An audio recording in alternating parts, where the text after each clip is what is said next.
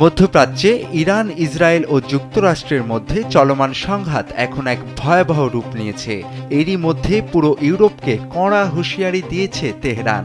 সম্প্রতি ইরানের পররাষ্ট্র মন্ত্রণালয়ের মুখপাত্র ইসমাইল বাঘাই এক সংবাদ সম্মেলনে স্পষ্ট জানিয়েছেন, ইউরোপীয় ইউনিয়নের দেশগুলো যদি এই যুদ্ধে ইসরায়েলের বা যুক্তরাষ্ট্রের পক্ষ নেয়, তবে তাকে সরাসরি ইরানের বিরুদ্ধে যুদ্ধ ঘোষণা হিসেবে গণ্য করা হবে। মূলত ইরান, ফ্রান্স ও জার্মানি ইরানের ক্ষেপণাস্ত্র উৎক্ষেপণ সক্ষমতা ধ্বংস করতে প্রতিরক্ষামূলক ব্যবস্থা নেয়ার ইঙ্গিত দেওয়ার পরই তেহরান এই মারমুখী অবস্থান নেয়। ইরান বলছে, ইউরোপের যে কোনো ধরনের হস্তক্ষেপ বা উস্কানি এই অঞ্চলে আগুনের শিখা আরও বাড়িয়ে দেবে। তেহরানের মতে, পশ্চিমা দেশগুলো ইসরায়েলকে সমর্থন দিয়ে মধ্যপ্রাচ্যের স্থিতিশীলতা নষ্ট করছে। বিশেষজ্ঞরা মনে করছেন, ইরান এই হুঁশিয়ারির মাধ্যমে ইউরোপকে সতর্ক করছে যে যুদ্ধ ছড়িয়ে পড়লে তার অর্থনৈতিক ও ভূরাজনৈতিক প্রভাব থেকে ইউরোপও মুক্ত থাকবে না। বিশেষ করে জ্বালানি সরবরাহ ব্যাহত হওয়া এবং রিফিউজি সংকটের যে আশঙ্কা রয়েছে, তা ইউরোপের জন্য বড় মাথা ব্যথার কারণ হতে পারে।